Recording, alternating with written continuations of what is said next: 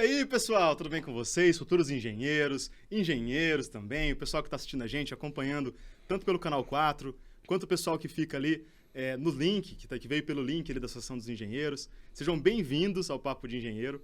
Hoje eu estou aqui com uma visita especial para o episódio 20. É um número redondo, eu falei, vou chamar ele, dessa vez vai ter que ser com ele. O meu superior aqui dentro, o coordenador geral do EAD, Paulo Pardo. Tudo bem, professor? Oi, Efraim, tudo bem? Olá, pessoal. Prazer estar com vocês aqui no Papo de Engenheiro. Muito obrigado pelo convite. Fiquei honrado de você lembrar, apesar de eu não ser engenheiro de formação, eu tenho quase um doutorado em engenharia de produção. Pois é. O senhor não tem um pé na engenharia, o senhor tem os dois pés na engenharia, professor. Conta um pouco pra gente, então, como é que foi essa trajetória acadêmica do senhor? É legal você ter perguntado isso, porque um dos desafios que a gente tem como educador é justamente a nossa formação. Eu não era da área acadêmica. Eu sempre fui de mercado, empresa de mercado. Trabalhei em empresa de energia elétrica, tanto na parte administrativa como na parte de operações de linhas de alta tensão. Depois eu fui para a área bancária, acredita? Setor financeiro, fui gerente de contas de pessoa física, jurídica. E eu costumo dizer que eu nunca fui feliz no meu trabalho profissional até que eu entrei na educação. Quando eu comecei a trabalhar em educação, realmente eu descobri que dá para você trabalhar no que você gosta, ser remunerado por isso e satisfazer um desejo pessoal que é de impactar positivamente a vida das pessoas. Então, a minha primeira graduação eu fiz ainda quando trabalhava na empresa de energia.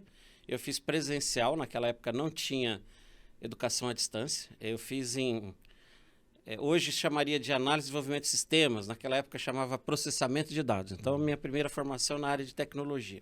Não usei muito isso, né? Porque eu estava numa área administrativa, não focava em desenvolvimento de produtos de informática. Mas a minha segunda graduação, que foi em administração, eu fiz totalmente em AD. E hoje eu digo assim, né? Não estou dizendo que uma modalidade é superior à outra. Depende muito, claro, das questões pessoais de cada aluno. Mas na minha situação atual, eu jamais faria outro curso de graduação presencial. Mas EAD, com certeza. Inclusive, estou realmente pensando em concluir uma graduação em engenharia de produção. Vou me vingar. Ainda bem que você não vai corrigir minhas provas, professor. Seja muito bem-vindo para a engenharia de produção, vai ser legal. O administrador e o engenheiro de produção tem esse vínculo muito forte, né, Sim, professor? São sim. áreas muito correlatas, né? A engenharia de produção, eu sei que esse papo de engenheiro é para todas as engenharias, né? Mas a engenharia de produção tem algumas características que ela tem 10 grandes frentes. E uma das frentes, se eu não me engano, é a sexta ou a sétima, é a engenharia organizacional. Quer dizer, o engenheiro, ele é um profissional que ele é capaz de entender processos organizacionais, entender o funcionamento de uma organização e propor intervenções para que essa organização seja mais eficiente e eficaz.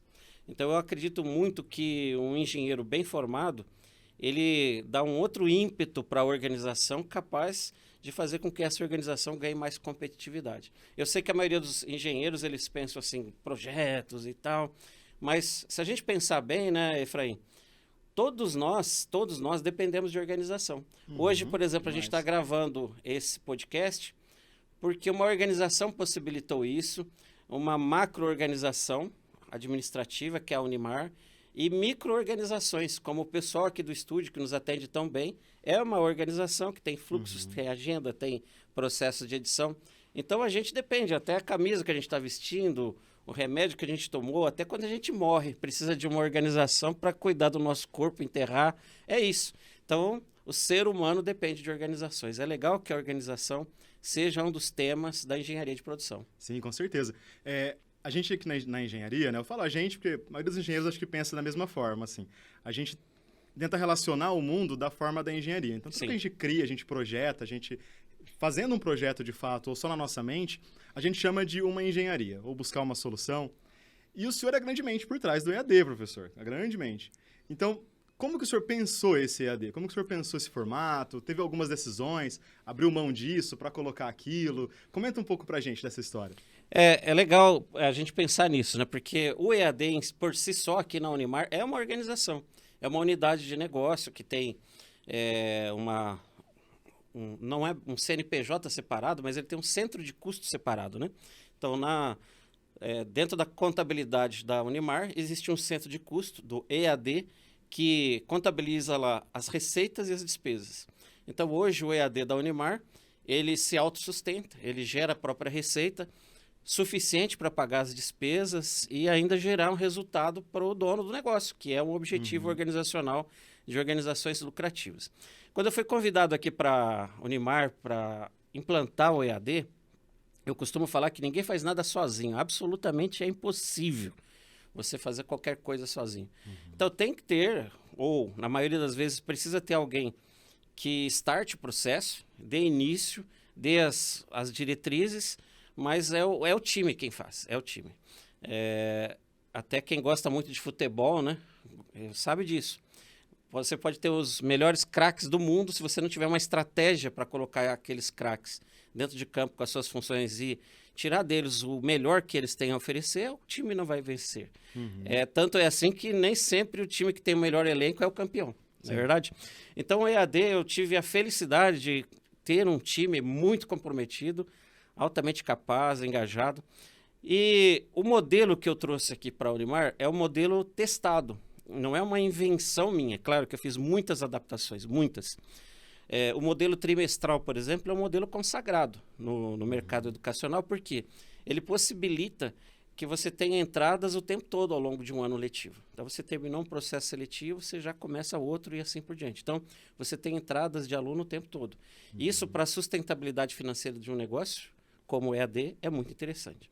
Mas eu mudei muito. Por exemplo, uma das instituições que eu trabalhei, eles tinham esse modelo trimestral, mas eles fatiavam o módulo para que tivesse provas intermediárias dentro do módulo. Eu não achei isso muito prático, nunca achei, por isso não trouxe para cá. Então, o nosso módulo, ele tem provas só no final. Também, eu acredito muito, Efraim, que para um processo de EAD dar certo, você tem que ter o DNA da instituição no próprio projeto. E isso a gente conseguiu imprimir, você é um responsável disso nos cursos de engenharia, através das disciplinas que nós mesmos produzimos. Então, você tem a liberdade de contratar um professor, orientar como você quer o material, visualizar esse material para depois ir para o aluno. Então, isso faz com que os nossos coordenadores sejam peças importantes no processo. Eu sempre acreditei no empoderamento da coordenação. Então, é isso. Agora, não só isso, né? Que não adianta você ter um bom produto, como de fato nós temos, e você sabe, né? Nós tivemos já 28 visitas de reconhecimento, tivemos 24 notas máximas e 4 notas 4, que é uma excelente nota. Mas não adianta você ter um bom produto, você não consegue vender esse produto. Você não consegue mostrar para o público a qualidade. E eu também tive a felicidade de montar um time comercial, um time de marketing, que busca o tempo todo novas formas de colocar esse produto excelente no mercado. E também, e não posso esquecer jamais de falar isso, bons parceiros na ponta, de polos comprometidos. Uma rede de polos que está representando a marca da Unimar no Brasil todo. Então, a somatória disso tudo, essa amálgama toda, produz hoje o EAD Unimar, que é sucesso. Dá para fazer melhor? Sem dúvida, sem dúvida. Sempre a gente consegue melhorar, né? Você, como engenheiro, você sabe disso, né? Se a gente dormir no sucesso, achar meu projeto é o melhor do mundo, alguém vai fazer melhor.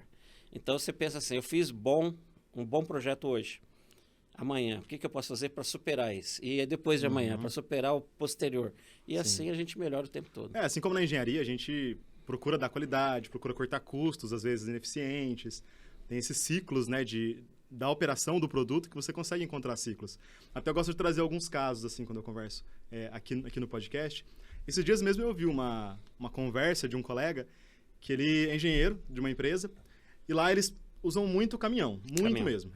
Tem fazenda, tal, tem a ver com uma parte de açúcar e álcool. Assim. Eles têm uma logística interna. Logística interna.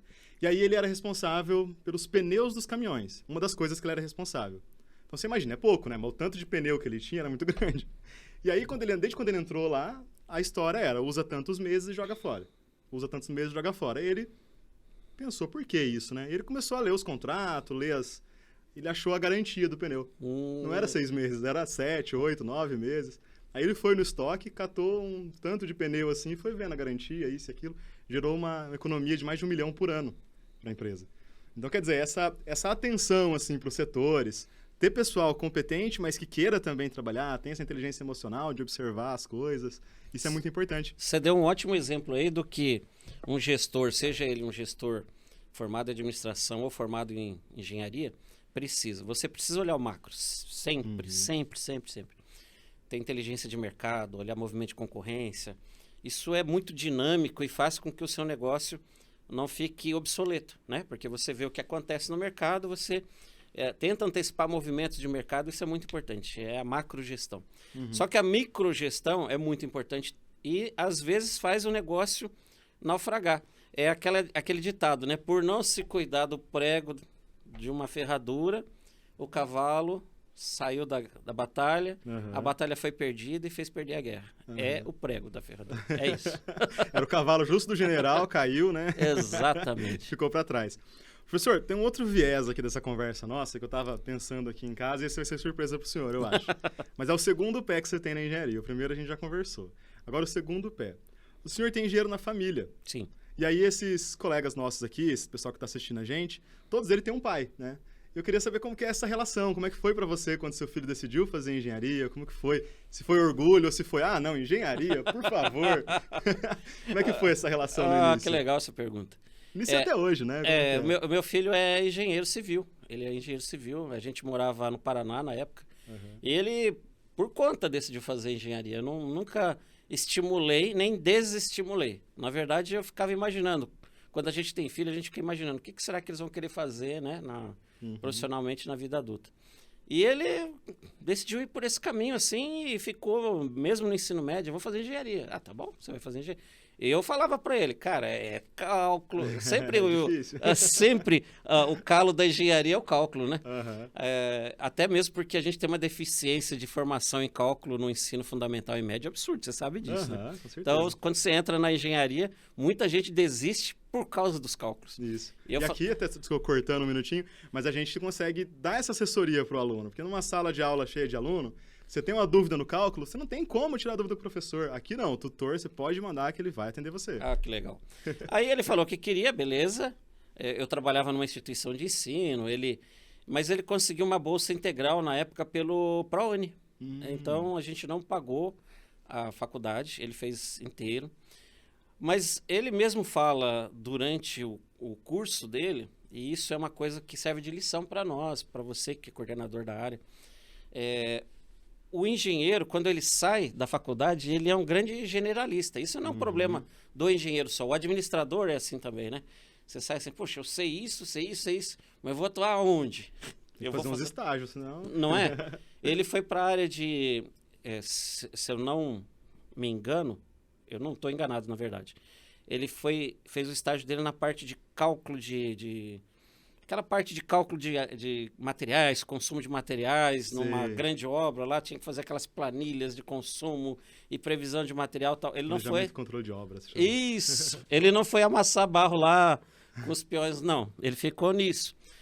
Eu não sei se é uma boa área ou não é uma boa área, mas ele acabou gostando da área acadêmica e está fazendo mestrado e hoje é professor. Mas eu admiro demais o fato de que a engenharia possibilite que você atue em tantas frentes, né?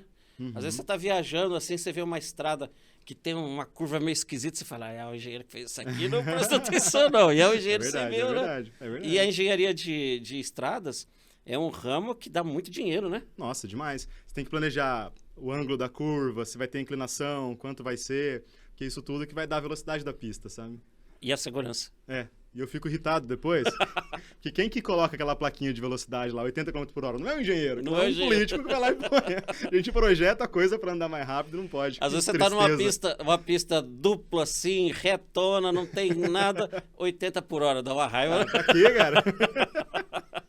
Mas é legal isso. O planejamento e controle de obras é uma área que bastante engenheiro vai mesmo. O último que a gente trouxe aqui, da TAC, inclusive, ele parte de compras. Não tem nada a ver com a engenharia, se for ver, né? Mas precisava-se de um engenheiro especializado em engenharia civil, mas para fazer compras de materiais. Se trouxesse outra profissão, não ficaria tão adequada. E olha isso que você está falando, né? Eu passei por uma reforma grande da minha casa.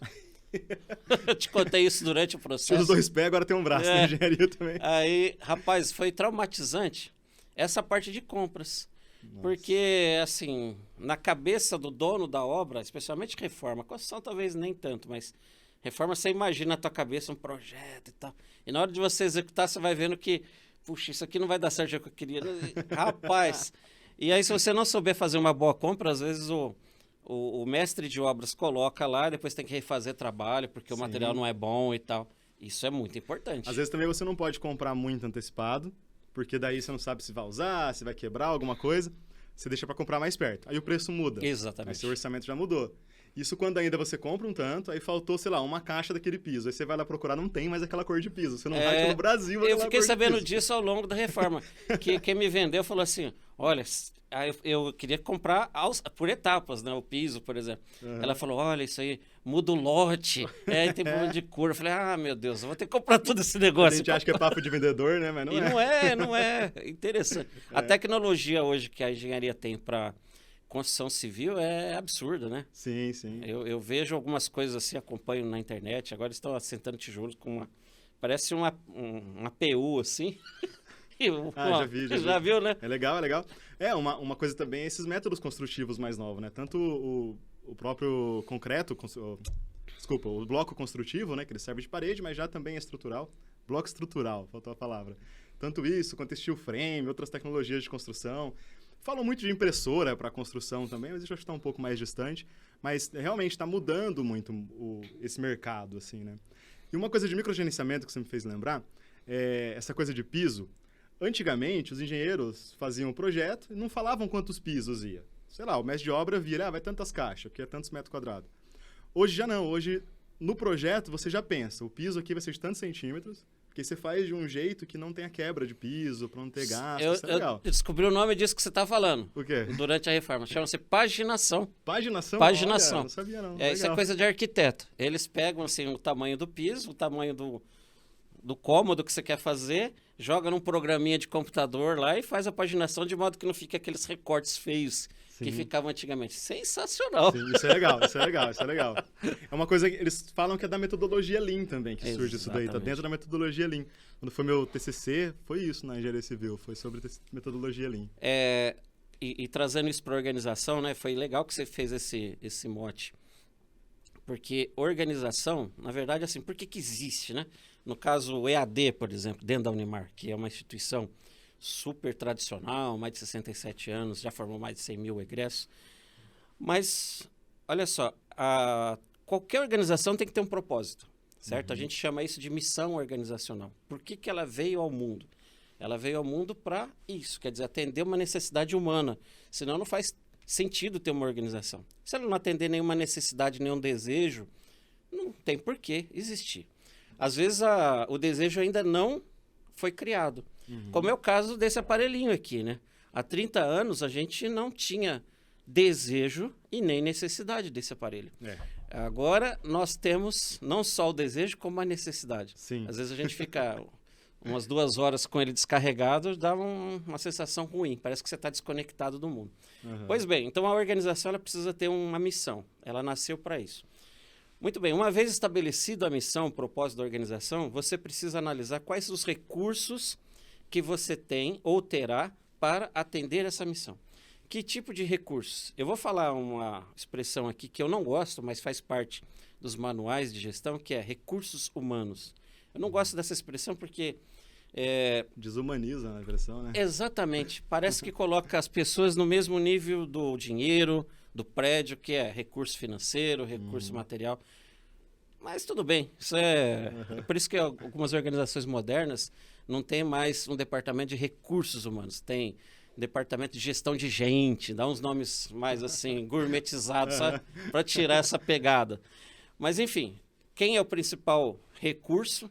Gente. Sim. Sempre. O principal recurso da instituição sempre será pessoas. E as pessoas, elas precisam entender a missão. Se elas não entenderem por que a organização está ali, elas vão estar trabalhando desconectadas daquilo que a organização quer fazer. E eu tive muita sorte, vou dizer assim, de ter pessoas que trabalham especialmente na coordenação, na tutoria, todos na verdade, mas quem trabalha diretamente com o produto, que entende o papel de impactar positivamente as pessoas com a educação, que essa é a grande missão da da Unimar, né? Você já participou de vários eventos de formatura? Não dá um quentinho no coração? Muito legal. Se olhar na carinha das pessoas assim, o formando, rapaz, quantos sonhos estão ali dentro daquela cabecinha? Não, o primeiro que eu fiz aqui pela Unimar, a primeira vez que eu fiz, eu quase chorei mesmo, assim, tive que segurar a lágrima, porque é bonito ver o pessoal ali se formando, contente, você está realizando um sonho, assim, é muito Todas legal. as vezes que eu participo, todas as vezes eu me emociono. Assim, me lembro de mim, né? Você lembra da gente mesmo quando se formou e tal. E assim, o pessoal fala, mas vai ser mais um formado desempregado. Cara, que ideia tacanha. É assim, quando você tem um curso superior, você entra no jogo, tá? Você está no jogo. Antes você nem no jogo estava. Agora você tem possibilidade de, sei lá, vou empreender, não estou achando emprego, vou empreender. Ou então, fiz engenharia, não estou conseguindo, mas putz, eu tive uma ideia e sei mobilizar recurso. Eu lembro lá, uns anos atrás, não me lembro agora se foi Rio ou São Paulo, tinha um grande quiosque no Rio de Janeiro, acabou se tornando referência, chamava-se O Engenheiro que Virou Suco. Olha que legal. Olha, o cara era engenheiro e foi uma época ruim. Ele abriu um quiosque e botou lá métodos de produção padronizados e tal. Aquele atendimento diferenciado. O cara ficou rico, pô. E de onde que veio essa expertise dele? Da engenharia. Então, engenheiros, né, que talvez estejam nos ouvindo, não fiquem preocupados assim. Ah, puxa, tá uma fase ruim para engenharia. Cara, fases são assim, né? São como ondas no mar. Tem profissões que, às vezes, hoje estão em alta, daqui 5 anos estão em baixa, mas depois volta. Claro, a inteligência artificial está aí para talvez destruir algumas profissões. Mas engenharia, cara, nunca será destruída. Por quê? Sim. Porque é onde você tem a concepção do que vai ser feito. Não, excelente, professor. Obrigado. A frase inspirou até a minha aqui agora. Professor, eu sei que o seu tempo é corrido. Eu sei que ele tá... Aliás, ele, no começo ele já falou. Efraim, vamos marcar isso aí. Vamos lá, então eu vou encerrar aqui o podcast nosso. Mas eu queria que o senhor deixasse uma última palavra aí pro pessoal. Bom, primeiramente agradeço, Efraim, pelo convite. Essa correria, você sabe, faz parte do dia a dia. Eu até peço desculpas por não ter vindo antes. Você já tinha me convidado. Então eu agradeço por você continuar insistindo. E agradeço quem está nos assistindo nesse momento, porque o mundo, pessoal, é um mundo que está em constante evolução. Parece até um chavão falar isso, né? Evolui constantemente. Onde é que vai parar? Não sei, não faço ideia. Onde quer que esse mundo for parar ou continuar, que acho que parar vai ser difícil, precisará de gente. Gente capacitada, gente que entenda o movimento das coisas, a dinâmica das coisas, se antecipe e traga soluções. Eu tenho muita esperança que a engenharia será uma das profissões mais importantes num futuro breve, porque a gente tem que pensar na preservação do planeta, a gente tem que preservar as pessoas que vivem nesse planeta, a natureza. Quem que vai conceber os processos que vão salvar o mundo daqui 5, 10 anos? Engenheiros. Então eu faço aqui os votos que vocês sejam muito, muito felizes na profissão. Quem não escolheu essa profissão ainda, quem sabe se inspire para ser um engenheiro. É isso aí, muito bem. Pessoal, com essa mensagem importante aqui para a gente projetar um mundo melhor aí, eu encerro o podcast. Então, obrigado pela sua presença, pessoal. E cada vez, a cada episódio, vamos trazendo o pessoal mais interessante, mais legal aqui para conversar com a gente. Muito obrigado mais uma vez, professor. Obrigado, Efraim. Obrigado, pessoal. Um abraço.